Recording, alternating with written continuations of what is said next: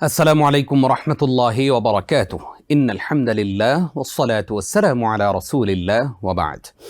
প্রিয় দর্শক শ্রোতা, আপনাদের সকলকে আন্তরিক প্রীতি ও মোবারকবাদ জানিয়ে শুরু করছি টিবিএন 24 টেলিভিশনের জুমাবারের বিশেষ আয়োজন ইসলামী সমাধান। গুরুত্বপূর্ণ আয়োজনে আপনাদের সঙ্গে আছি আমি নিজাম বিন মুহিব। প্রিয় দর্শক শ্রোতা, আমরা প্রতি সপ্তাহে একটি সুন্দর বিষয় নির্বাচন করে থাকি এবং যেই বিষয় থেকে আমাদের মানব জীবনের জন্য থাকে খোরাক এবং যেই বিষয়ের মাধ্যমে আমরা নিজের জীবনকে আলোকিত করতে পারি, নানান প্রশ্নের জবাব পেতে পারি। সেই জন্য আজকে আমরা যে বিষয় নির্বাচন করেছি, আমাদের আজকের বিষয় মৃত্যু চিন্তা ও পরকাল সচেতনতায় করণীয়। আর এই বিষয়ে কথা বলবার জন্য আমরা আমন্ত্রণ জানিয়েছি আমাদের প্রিয় স্কলারকে। আমাদের আমন্ত্রণ গ্রহণ করে আমাদের সঙ্গে যুক্ত হচ্ছেন পৃথিবীর বাংলা ভাষাভাষী মানুষের কাছে জনপ্রিয় স্কলার, স্বনামধন্য শিক্ষক এবং স্বনামধন্য গবেষক ফদিলাতু শেখ প্রফেসর ডক্টর মোহাম্মদ মনজুর ইলাহি। আসসালামু আলাইকুম রহমতুল্লাহ। ওয়ালাইকুম আসসালাম রহমতুল্লাহ বারাকাতুহ। স্যার কেমন আছেন? আলহামদুলিল্লাহ, আল্লাহর অশেষ শুকরিয়া। আল্লাহ আমাদের সকলকেই ভালো রেখেছেন, আলহামদুলিল্লাহ। আলহামদুলিল্লাহ। স্যার, আজকের এই গুরুত্বপূর্ণ আয়োজনে আপনাকে আমরা স্বাগত জানাচ্ছি। বারাকাল্লাহু ফিকুম। আমিন ওয়া ইয়াকুম। স্যার, শুরুতেই আমরা যেই বিষয়ে আলোচনা শুরুটা এভাবেই করতে চাই যে মানুষ তো মরণশীল। আমরা এই পৃথিবীতে এসেছি, তার মানে সুনিশ্চিতভাবে আমরা একদিন এই পৃথিবী থেকে চলে যাব। এই যে মৃত্যু চিন্তা, আমাদের অনেকের জীবনেই সেই মৃত্যু চিন্তাটা নাই, অথচ ইসলাম আমাদেরকে বারবার সেই মৃত্যুকে স্মরণ করিয়ে দেয়। কোরআন এবং হাদিস আমাদেরকে কিভাবে একটি সুন্দর মৃত্যু হতে পারে সেই বিষয়ও জানায়। আপনার কাছে জানতে চাইব যে মৃত্যু নিয়ে চিন্তা করার ব্যাপারে ইসলাম আমাদেরকে কি বার্তা দেয়? আলহামদুলিল্লাহ, ওয়াসসালাতু ওয়াসসালামু আলা রাসূলিল্লাহ ওয়া আলা আলিহি ওয়া আসহাবিহি ওয়া মাওয়ালা। মৃত্যু আমাদের জীবনের এক অবধারিত সত্য, এবং এখানে আপনি জানেন যে আমাদের এই জীবন, দুনিয়ার জীবনকে আল্লাহ সুবহানাহু ওয়া তাআলা পরকালীন জীবনের কর্মক্ষেত্র, পরীক্ষা ক্ষেত্র হিসেবে নির্ধারণ করেছেন। মৃত্যু হচ্ছে একটা বাস্তবতা, দুনিয়া থেকে বিদায় নিয়ে আখিরাতে যাওয়ার একটা সোপান। মৃত্যু এজন্যই হয় যে আল্লাহ সুবহানাহু ওয়া তাআলা মৃত্যুর মহাসত্যকে আমাদের জন্য শুধু নয়, সকল প্রাণীর জন্য নির্ধারণ করে দিয়েছেন। যেমনটি আল কোরআনে আল্লাহ সুবহানাহু ওয়া তাআলা বলেছেন, কুল্লু নাফসিন যায়িকাতুল মাউত। প্রত্যেক নাফস, প্রত্যেক প্রাণ অবশ্যই মৃত্যু স্বাদ আস্বাদন করবে। আল্লাহ সুবহানাহু ওয়া তাআলা আরো বলেছেন, কুল ইন্নাল মাউতাল্লাযী তাফিররুনা মিনহু ফাইন্নাহু মুলাকীকুম। বলে দাও যে মৃত্যু থেকে তোমরা পালিয়ে বেড়াচ্ছ, সেটা তোমাদেরকে সাক্ষাৎ করবেই। তো মৃত্যু আমাদের জীবনে যেহেতু এক অবধারিত সত্য এবং দুনিয়ার জীবনকে আমাদের আখিরাতে কর্মক্ষেত্র হিসাবে নির্ধারণ করা হয়েছে, এজন্য মৃত্যুর স্মরণ থেকে আমাদের বিরত থাকার বা মৃত্যুকে ভুলে যাওয়ার কোনো সুযোগ নেই। আল্লাহ সুবহানাহু ওয়া তাআলা একটা আরেকটা মানে বাস্তবতা আমাদের সামনে উপস্থাপন করেছে, সেটা হচ্ছে প্রতিনিয়ত মানুষ মারা যাচ্ছে। আমরা দেখছি আমাদের প্রিয়জন যাদের বয়স হয়ে গেছে, তারাও যেমন মারা যাচ্ছেন। বয়স হয়ে গেলেই আমরা মনে করি তারা আর কিছুকাল পরেই মারা যাবেন, এবং সেটা সত্য। কিন্তু অল্প বয়সেও মানুষ মারা যাচ্ছে। মানুষ কেউ অ্যাক্সিডেন্টে মারা যাচ্ছে, কেউ রোগাক্রান্ত হয়ে মারা যাচ্ছে, কেউ নানা রকম সমস্যার মধ্যে হঠাৎ করে মারা যাচ্ছে, কেউ ডাকাতের কবলে পড়ে মারা যাচ্ছে, কেউ যুদ্ধক্ষেত্রে মারা যাচ্ছে। প্রতিনিয়ত বড় ধরনের একটা মৃত্যু পথযাত্রীদের সংখ্যা আমাদের সামনে চলে এসছে। অতএব মৃত্যু নিয়ে আমাদের আসলে উপেক্ষা করার, অর্থাৎ মৃত্যুকে ভুলে যাওয়ার কোনো সুযোগ আমাদের নেই। আশা করি আমাদের দর্শকরা মৃত্যু নিয়ে আজকে খুবই গুরুত্বপূর্ণ একটি এপিসোড উপহার পেতে যাচ্ছেন। স্যার, আমরা আপনার কাছে এবার জানতে চাইব যে এই যে মৃত্যু চলে আসা হঠাৎ করে, কেউ হঠাৎ করে হার্ট অ্যাটাকে মারা যাচ্ছেন, কেউ হঠাৎ করে গাড়ি অ্যাক্সিডেন্টে মারা যাচ্ছেন, এই যে মৃত্যুগুলো আমরা অনেক সময় বিমান ক্র্যাশ করেও মানুষকে দুনিয়া থেকে চলে যেতে দেখছি। এই হঠাৎ মৃত্যু কি একজন মানুষের জীবনে এটা কি কোনো অকল্যাণকর কিছু? হঠাৎ মৃত্যু অনেকের জীবনে আসতে পারে। আসলে মৃত্যু সম্পর্কে আমরা যেটা দেখি, আল্লাহ সুবহানাহু ওয়া তাআলা স্পষ্ট করে দিয়েছেন, ইযা জাআ আজালুহুম ফালা ইস্তাখিরুনা সাআতাও ওয়া লা ইস্তাকদিমুন। যখন তাদের মৃত্যুর সময় চলে আসে তখন এক মুহূর্ত বিলম্বিত হয় না, এক মুহূর্ত আগেও আসে না। জি। তার মানে মানুষের জন্য আল্লাহ সুবহানাহু ওয়া তাআলা তার জীবন মৃত্যু সবকিছু যেহেতু নির্ধারণ করে রেখেছেন, মৃত্যুর সময় মৃত্যু হয়। কারো মৃত্যু অকালে হয় না, কারো মৃত্যু তার সময়ের আগে হয় না। স্যার, মৃত্যু, সাধারণ মৃত্যু এবং শহীদি মৃত্যু, এই দুইটা মৃত্যুর মধ্যে পার্থক্য কি এবং কোন মৃত্যুকে আসলে শহীদি মৃত্যু বলা যায়? শহীদের মৃত্যু মানেই হচ্ছে ওই ব্যক্তির মৃত্যু যিনি আল্লাহকে ভালোবাসেন, বিশ্বাস করেন এবং আল্লাহর দ্বীন রক্ষার জন্য তিনি নিজের জীবনকে বিলিয়ে দিয়েছেন। এটা হচ্ছে সর্বোচ্চ মর্যাদা সম্পন্ন মুমিনের মৃত্যু।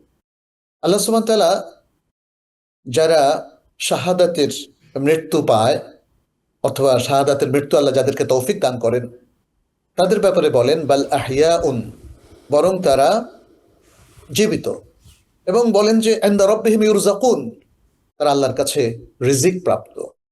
আল্লাহ শাহাদাতের মৃত্যু পাওয়া ব্যক্তিদেরকে মৃত বলেন না, তিনি এদেরকে জীবিত বলে অভিহিত করেন এবং তাদের আরো অনেক ফজিলত রয়েছে। তো যেটা থেকে বোঝা যায় যে আল্লাহ সুবহানাহু ওয়া তাআলা শাহাদাতের মৃত্যুকে একটা উচ্চাঙ্গের মর্যাদা সম্পন্ন মৃত্যু হিসাবে স্বীকৃতি দিয়েছেন এবং যারা শহীদ হন তাদের জন্য বিশাল বড় রিওয়ার্ড এবং জান্নাতের ব্যবস্থা করেছেন। এজন্য প্রত্যেক মুমিনের কাছে যদি মর্যাদাকর মৃত্যু পাওয়ার একটা আকাঙ্ক্ষা জাগে তাহলে সে শাহাদাতের মৃত্যু তামান্না করে। এমন কি কোনো মৃত্যু আছে যেইভাবে মৃত্যুবরণ করলে বোঝা যায় যে আসলে লোকটা জাহান্নামী, বা এইরকম স্বীকৃতি দেওয়ার কোনো সুযোগ আছে কিনা? অথবা পাহাড় ধসে মৃত্যু, গাড়ি অ্যাক্সিডেন্টে মৃত্যু, এইরকম মৃত্যু হলে অনেক সময় মানুষ মনে করে যে তার উপর আল্লাহ অসন্তুষ্ট ছিল, এই জন্যই তার মৃত্যুটা এইভাবে হয়েছে। এই ধরনের কথা বলার কোনো সুযোগ আছে কিনা? ধন্যবাদ। কোনো ব্যক্তি মৃত্যুবরণ করার পরে তাকে জাহান্নামী বলে অভিহিত করা এটা কঠিন এবং এটা সঙ্গতও নয়। কারণ জান্নাত এবং জাহান্নামের নির্ধারক হচ্ছেন আল্লাহ সুবহানাহু ওয়া তাআলা। এখন অনেক ব্যক্তির ব্যাপারে হয়তো কেউ বলবেন যে আমি দেখেছি তিনি ঈমান রাখতেন না, আমি দেখেছি তিনি মুসলিম হওয়ার পরেও উল্টাপাল্টা কথা বলেছেন, আমল ঠিক মতো করতেন না। এখন কোনো মুসলিম ব্যক্তি যদি এমনটি হয়ে থাকে এবং তিনি শেষ জীবনে তওবা করেছেন, কিন্তু আমার জানা নেই, তওবা করলে তো আল্লাহ তাআলা কবুল করেন, তাই না? একমাত্র মৃত্যুর শয্যার তওবা আল্লাহ কবুল করেন না, তাছাড়া অন্য যে কোনো তওবা স্বাভাবিক সেন্স থাকা অবস্থায় আল্লাহ কবুল করেন। ফলে এই ব্যক্তি যদি তওবা করে মারা যায় তাহলে আল্লাহ তো তাকে জান্নাত দিতে পারেন। জি। আমার জানা না থাকার কারণে আমি বললাম যে তাকে দেখেছি নামাজ পড়ে নাই, এ করে নাই, সে করে নাই, এই জন্য সে জাহান্নামী, এটা বলার আসলে কোনো সুযোগ নেই। তবে কোনো অমুসলিমের ব্যাপারে সে জান্নাতে যাবে এটা তো আমরা বলতে পারি না। জি। যদি সে অমুসলিম ভেতরে ভেতরে আল্লাহর প্রতি ঈমান রাখেন এবং ইসলামের যে নির্দেশ মতো তিনি যদি ঈমান রেখে মারা যান তাহলে হতে পারে। মূলত যাদেরকে আমরা ভালো করে চিনি না আমাদের সামনে মারা যান, মুসলিম হোক আর অমুসলিমই হোক, তারা সবাই জাহান্নামী, এইভাবে গড়পাত্রা কথা বলাটা কখনো উচিত নয়। সুন্দর একটি প্রশ্নের জবাব আমরা দর্শকদেরকে উপহার দিতে পারলাম। স্যার, আমরা জানতে চাইব যারা নাবালক অবস্থায় মৃত্যুবরণ করে তারা আল্লাহর কাছে কি রিওয়ার্ড পাবে, বা তাদের বাবা মায়েরাই বা কি রিওয়ার্ড পাবে আল্লাহর কাছে? জি, ধন্যবাদ আপনাকে। দারারিউল মুমিনিন ও দারারি আল কুফার, অর্থাৎ যারা মুসলিমদের সন্তান, নাবালক সন্তান, জি। আর যারা কাফেরদের নাবালক সন্তান। তো মুসলিমদের নাবালক সন্তান তো তাদেরই অনুবর্তী হবে এবং আশা করা যায় যে তারা জান্নাতি পাবে। মুসলিমদের নাবালক সন্তানদের কথা বলছি, এটা নিয়ে কোনো ইখতিলাফ নাই। কিন্তু অমুসলিমদের যে নাবালক সন্তান তারা কি জান্নাতি হবে না জাহান্নামী হবে, এইটা নিয়ে আসলে একটু ইখতিলাফ আছে।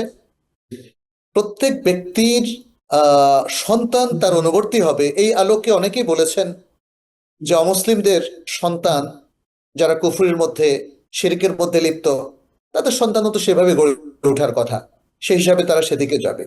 কিন্তু এই ব্যাপারে সঠিক বক্তব্য হচ্ছে আসলে এই ব্যক্তি, এই নাবালক সন্তানেরা তারা বড় হলে কি হতো এটা আল্লাহ ছাড়া আর কেউ জানেন না।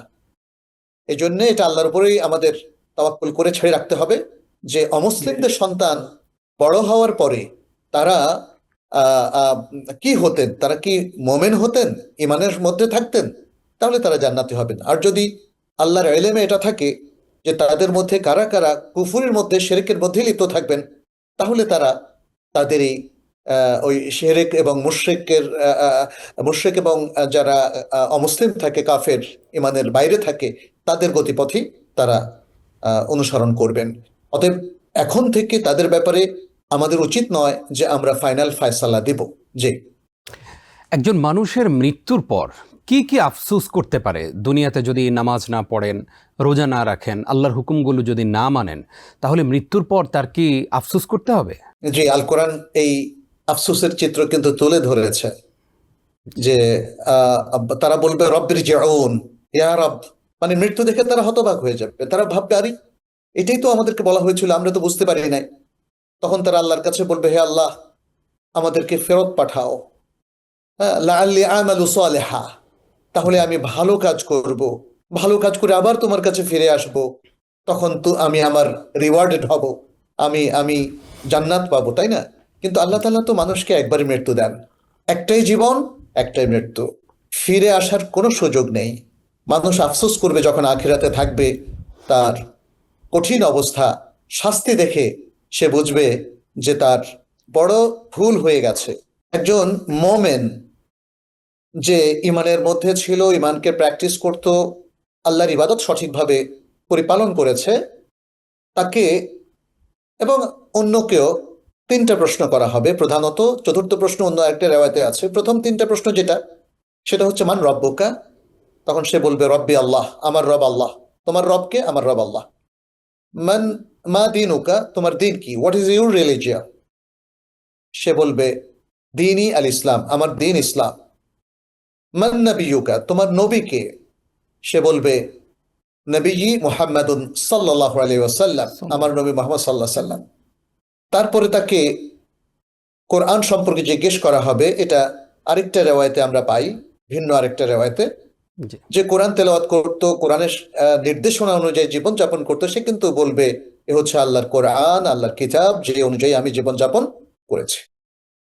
তো হাদিসে বারা ইবনে আযিব রাদিয়াল্লাহু তাআলা আনহুর বক্তব্যে এসেছে এভাবে যে তখন তাকে ফেরেশতাদেরকে বলা হবে যে তাকে, তার জন্য তোমরা বিছানা বিছিয়ে দাও, জান্নাতের বিছানা বিছিয়ে দাও, এবং জান্নাতের সাথে তার কবরকে সম্পৃক্ত করে দাও, যেন জান্নাতের বেশ কিছু নিয়ামত সে ভোগ করতে পারে।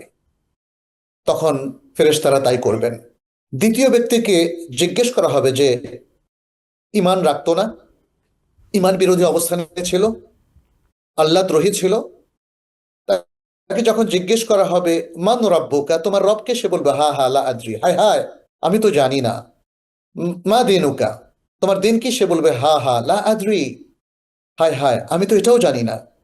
যখন বলা হবে মান নাবিয়ুকা, এখানেও বলবে হা হা লা আদ্রি, হায় হায় আমি তো জানি না। সে কোনো প্রশ্নের উত্তর দিতে পারবে না, এবং কোরআন সম্পর্কে প্রশ্নের উত্তর সে উত্তর দিতে পারবে না।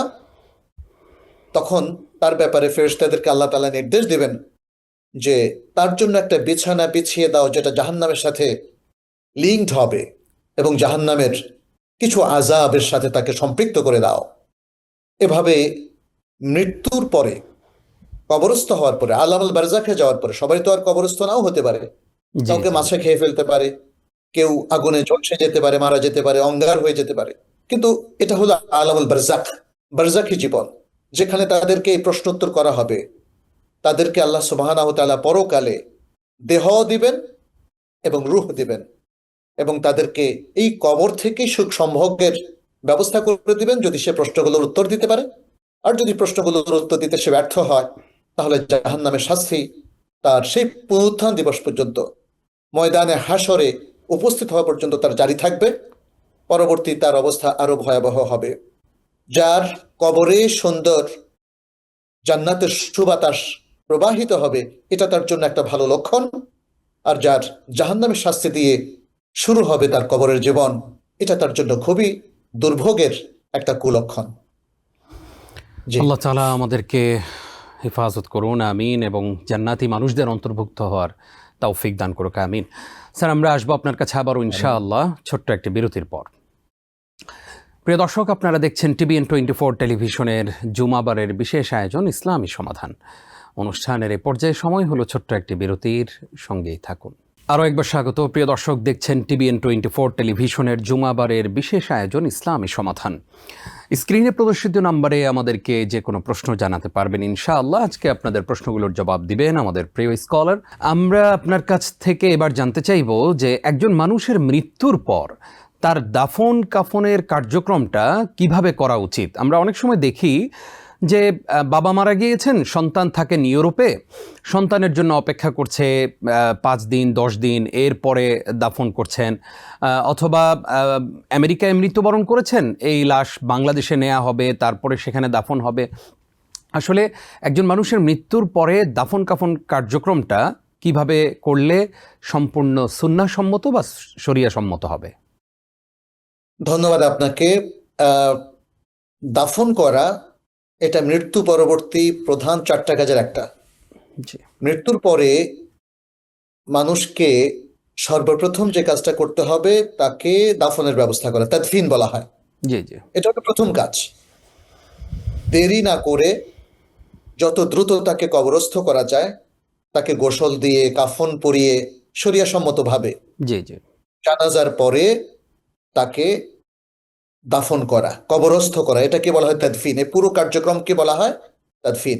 এখানে আমি একটু আমাদের ভাইদেরকে নসিহত করতে চাইবো, আপনারা ইসলামের এই যে তাদফিন, দাফন করা এবং তাকে কবর দেওয়া, এটাকে শেষকৃত্য বলবেন না। জি জি এটা শেষকৃত্য নয়, এটা দাফন। জি তাদফিন এটাও বলতে পারেন। ইসলামের টার্মগুলো বা পরিভাষাগুলো আমাদের ব্যবহার করা উচিত। তাহলে এখানে শরঈ যে নীতিমালা সেটি হচ্ছে দেরি না করে দ্রুত কবরস্থ করা। তবে কোনো যদি বড় ধরনের প্রবলেম থাকে, যেমন মৃত্যু যদি অস্বাভাবিক হয়, তার পোস্টমর্টেম প্রয়োজন, এখানে ক্রিমিনাল কোনো ইস্যু যদি থাকে, তাহলে সেটাকে অ্যাসেস করার জন্যে অথবা সেটাকে ইনভেস্টিগেট করার জন্য কিছু সময়ের প্রয়োজন, তখন সেটা একটু প্রলম্বিত করা যেতে পারে। অথবা কোনো অ্যাক্সিডেন্টে যদি মৃতের লাশ বিকৃত হয়ে যায়, তখন সেটাকে মানে যাতে স্বাভাবিকভাবে কিছু সেলাইয়ের প্রয়োজন হয় ইত্যাদি, এ সমস্ত কাজের জন্য তাকে করা যেতে পারে। কিন্তু খামাখা অনেক দূরের আত্মীয় স্বজনরা আসবেন, তাদের জন্য অপেক্ষা করা, ফ্রিজের মধ্যে তাদেরকে রেখে দেওয়া, অনেক সময় দেখা যায় যে আসতে এখন ছুটি পাচ্ছে না, 1 মাস পরে আসবে, সে 1 মাস রেখে দেওয়া, এটা ঠিক নয়। সামান্য কয়েক ঘন্টা দেরি করা যেতে পারে, কিন্তু লম্বা টাইম দেরি করে দাফন কাফনকে ব্যাহত করা এটা উচিত নয়। জি কারণ তার তো দ্রুত আলামুল বারজাখের প্রশ্নোত্তর শুরু হয়ে যাবে। ফলে আমাদেরকে সেটা করতে হবে। মৃত্যুর পরে আরো যে হকগুলো আছে এটা আমরা পরে কথা বলবো। দাফন কাফনটা শরিয়াসম্মতভাবে যাতে হয়, বেদাত মুক্ত যাতে হয়, সেটাও আমাদেরকে খেয়াল রাখতে হবে। জি, ধন্যবাদ। জাযাকাল্লাহ খাইর। স্যার, কোনো মানুষ মৃত্যুর আগে তার যদি গোসল ফরজ হয়ে থাকে, এমত অবস্থায় যদি তার মৃত্যু হয়, তখন আসলে যারা তাকে গোসল করাবেন তারা যদি না জানেন, সেক্ষেত্রে করণীয় কি?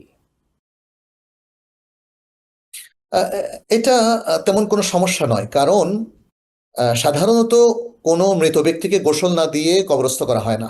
জি জি এখানে গোসল দেওয়াটা আরো জরুরি হয়ে পড়ে। যদি কোনো ব্যক্তি ইভেন শাহাদাতের মৃত্যু তার হয় জি এবং ফরজ গোসল থাকে, তবুও তাকে গোসল দিতে হবে। সাধারণত যারা শহীদ হন তাদেরকে গোসল ছাড়াই কিন্তু কবরস্থ করা হয়, কিন্তু গোসল ফরজ থাকলে, এটা যদি জানা থাকে, তাহলে তাকে গোসল দিতে হবে। আর স্বাভাবিক অবস্থায় যে কোনো মৃতকে গোসল দেওয়া এটা ইসলামী বিধান, গাসলুল মাইয়িত বলা হয়। আর যদি তার গোসল ফরজ হয়ে থাকে, তাহলে তার জন্য স্পেশাল আর কোনো গোসল নেই, এই গোসলই চলবে। কারণ এখানে গোসলের যে সিস্টেমটা রেকমেন্ড করা হয়েছে সেটা পুরো দেহে পানি প্রবাহিত করে দেওয়া ইত্যাদি, মানে ফরজ গোসলের মতোই সে গোসলটা হয়ে যায়। ফলে আর কোনো আলাদা গোসলের কোনো প্রয়োজন নেই। জি, আমরা জানতে চাইবো আপনার কাছে যে আমরা আমাদের দৈনন্দিন জীবনটা কিভাবে কাটালে আজকেই আমাদের জীবনের শেষ দিন এটা মনে করে আমরা কাটাতে পারবো, অর্থাৎ আজকের মধ্যে যে কোনো সময় আমরা মৃত্যুবরণ করতে পারি, এই চিন্তাটা কিভাবে নিজেদের মধ্যে লালন করতে পারি? ধন্যবাদ। আমরা শুরুতেই বলেছিলাম মৃত্যু চিন্তা থেকে আমাদের অব্যাহতি নেওয়া ঠিক না। মৃত্যুকে ভুলে যাব, এটা হলে আমাদের ডিজাস্টার হয়ে যাবে। আল্লাহ সুবহানাহু ওয়া তাআলা সূরা আল বাকারা শুরুতে বলেছেন ওয়াবিল আখিরাতি হুম ইউকিনুন, আখিরাতের প্রতি তাদের দৃঢ় প্রত্যয় রয়েছে। কোরআনের অন্যান্য আয়াতেও দেখেন বারবার আল্লাহর প্রতি ইমানের সাথে আখিরাতের প্রতি ইমানকে উল্লেখ করা হয়েছে। এমনকি রাসূল সাল্লাল্লাহু আলাইহি সাল্লামকে উসওয়ায়ে হাসানা হিসেবে নেওয়ার সাথেও বলা হয়েছে যারা আল্লাহ এবং আখিরাত দিবসের প্রত্যাশা করে তাদের জন্য কিন্তু লাকাদ কানা লাকুম ফি রাসূলিল্লাহি উসওয়াতুন হাসানাহ লিমান কানা ইয়ারজুল্লাহা ওয়াল ইয়াউমাল আখিরা। অতএব আখিরাতে বিশ্বাস এটা মুমিনের অত্যন্ত জরুরি একটা বিষয়। সে কখনোই আখিরাতকে ভুলবে না, তার মৃত্যুকে ভুলবে না। আখিরাতকে ভুলবে না মানে মৃত্যুকে ভুলবে না, তার মানে হচ্ছে সে মৃত্যুর জন্য সদা প্রস্তুত থাকবে। মৃত্যুকে ভুলে গেলে মৃত্যুর প্রস্তুতিতেও ত্রুটি হয়ে যায়।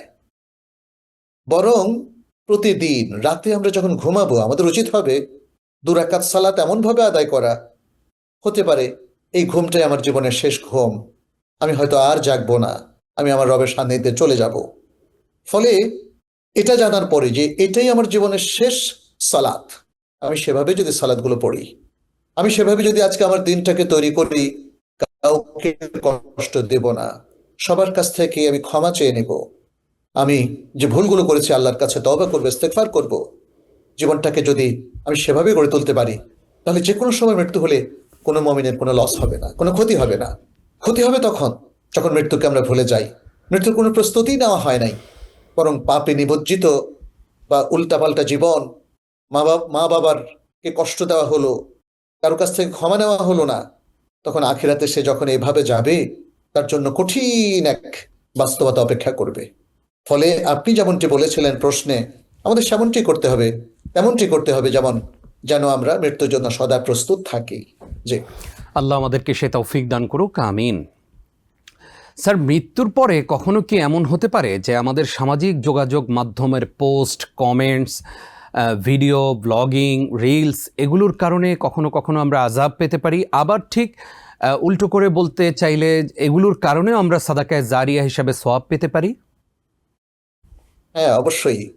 আমাদের সোশ্যাল নেটওয়ার্কে আমাদের কথাবার্তা, আমাদের লেখা, আমাদের ভিডিও, এসব কিছুই তো আমাদেরই কাজ, তাই না? জি, জি, আমরা যদি ভালো কাজ করি, দাওয়াতি কাজ করি, আমার কথাগুলো যদি কল্যাণজনক হয়, মানুষের জন্য উপকারী হয়, তাহলে তো অবশ্যই এটা সাদাকা জারিয়া হিসাবে থাকবে।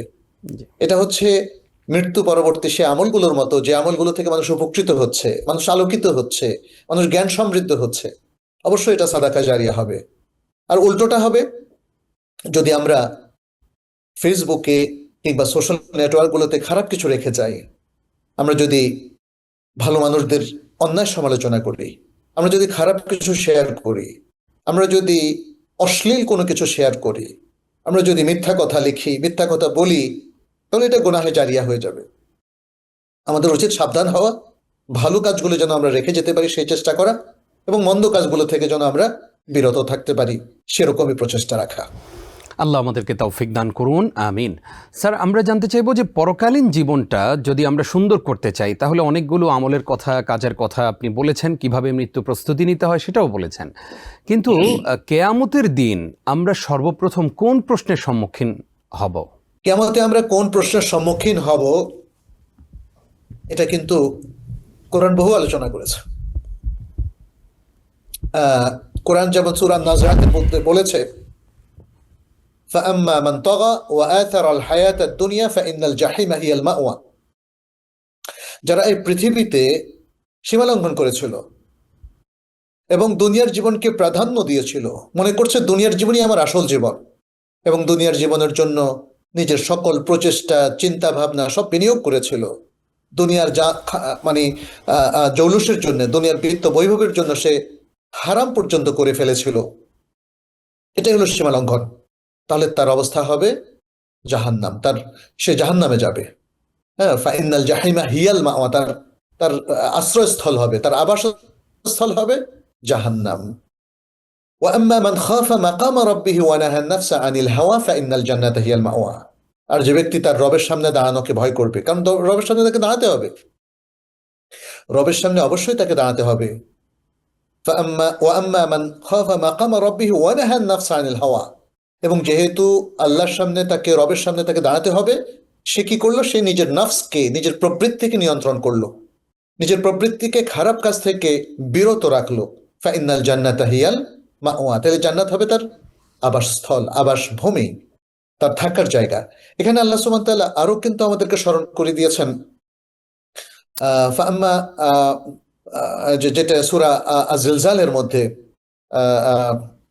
আয়াতটা হলো فمن يعمل مثقال আয়াতটা কি? ذرة خيرا অর্থাৎ يره যে ব্যক্তি বিন্দু পরিমাণ, অ্যাটম পরিমাণ কোনো মন্দ কাজ, কোনো খারাপ কাজ, কোনো ভালো কাজ করবে সেটাও সে দেখতে পাবে, আর যদি অ্যাটম পরিমাণ কোনো মন্দ কাজ করে সেটাও সে দেখতে পাবে।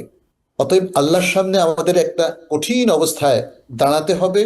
হাসরের ময়দানে আল্লাহ যখন বিচার ব্যবস্থা করবেন, তখন প্রত্যেক ব্যক্তি তার আমলনামা নিয়ে হাজির হবে। ভালো মানুষ তার ডান হাতে আমলনামা দেওয়া হবে, মন্দ মানুষ তার বাম হাতে আমলনামা দেওয়া হবে। ভালো আমলনামা হলে তার নিষ্কৃতি মিলবে, সে জান্নাত পুরস্কার হিসেবে পাবে, আর খারাপ আমলনামা হলে সে আল্লাহর কাছে মুক্তি পাবে না, নাজাত পাবে না, সে জাহান্নামে যাবে। জাযাকাল্লাহ খাইর।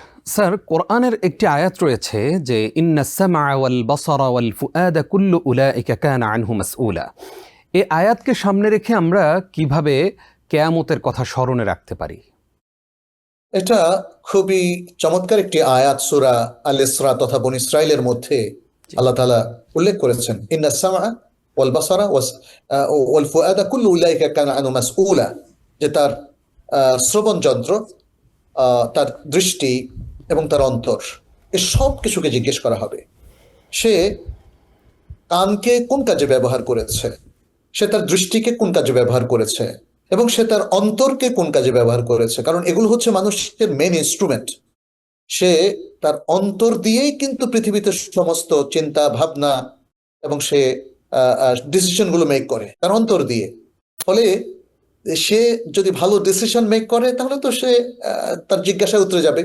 কিন্তু সে যদি তার চক্ষু, কর্ণ, নাসিকা, জিহ্বা, ত্বক এবং তার হৃদয়, এই ইন্দ্রিয়গুলোকে সে যদি খারাপ কাজে ব্যয় করে, তাহলে তার নিস্তার পাওয়ার সুযোগটা খুব কম হবে। সে যদি পৃথিবীতে আল্লাহর কাছে তওবা ইস্তেগফার করে যেতে পারে, তাহলেই তার নিষ্কৃতি হবে। অন্যথায় সে কিন্তু আল্লাহর বড় শাস্তির মধ্যে সে পড়ে যাবে। আল্লাহ তাআলা যেন আমাদেরকে এই ধরনের শাস্তি থেকে মুক্তি দান করেন, আল্লাহুম্মা আমিন। স্যার, কিয়ামতের দিনে আমরা জানি, আপনার কাছ থেকে আমরা আলোচনা শুনেছি প্রায় সময়, যে এক শ্রেণীর মানুষ তারা নিঃস্ব হয়ে যাবে, অনেক আমল নিয়ে তারা উঠবে, কিন্তু তারপরেও তারা মুফলিস হয়ে যাবে।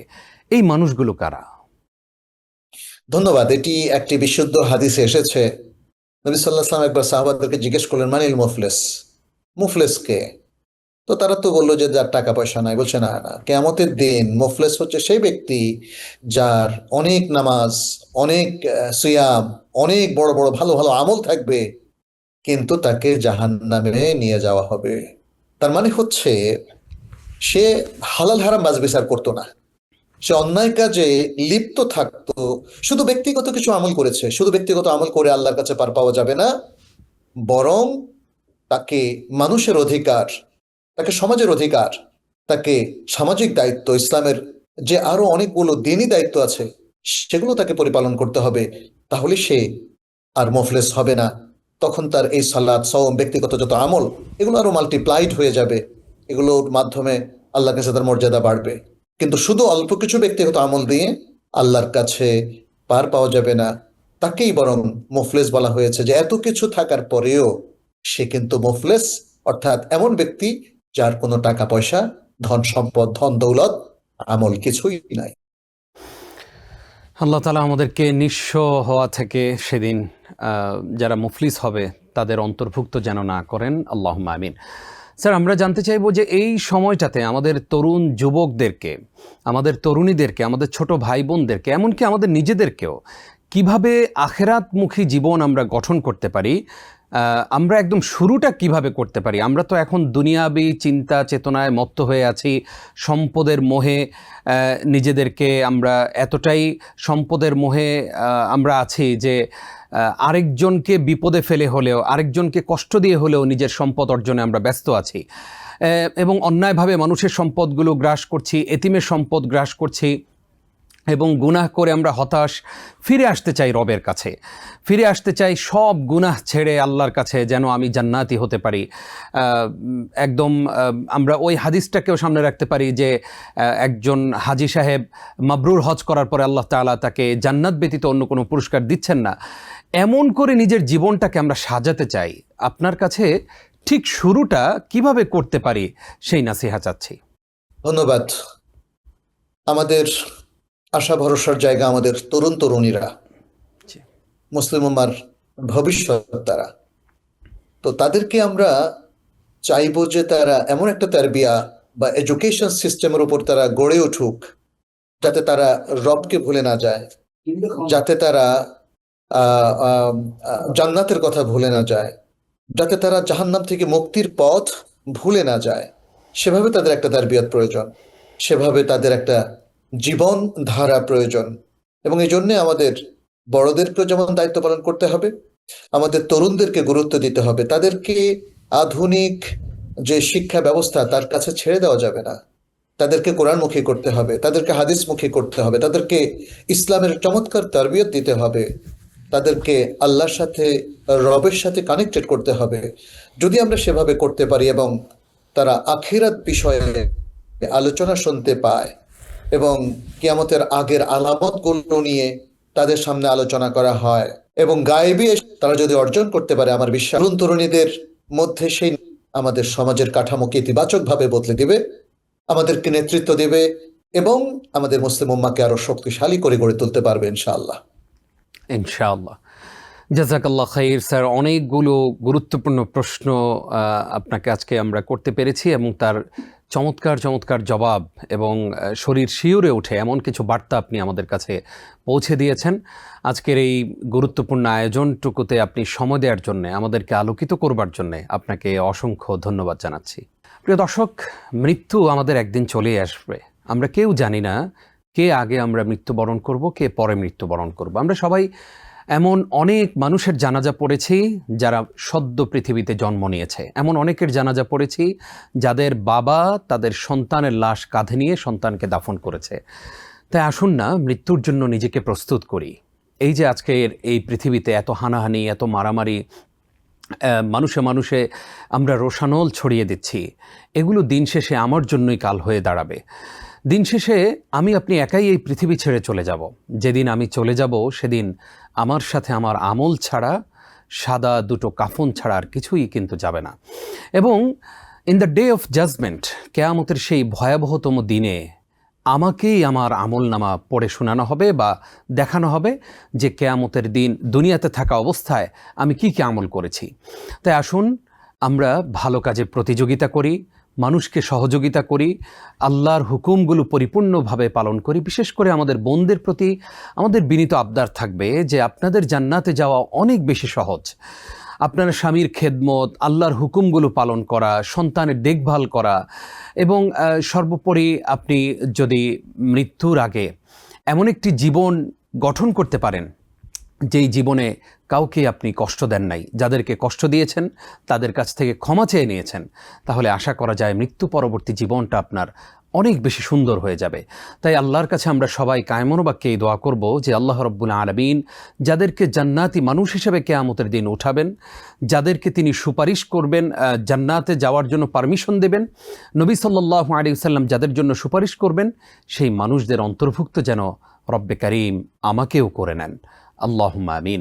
আজ এই পর্যন্তই। রব্বে কারীম আমাদেরকে আমৃত্যু তার হকগুলো রাসূল সাল্লাল্লাহু আলাইহি ওয়াসাল্লামের নির্দেশনা অনুযায়ী জীবনকে গঠন করার, পরিচালনা করার তৌফিক দান করুক। আমিন।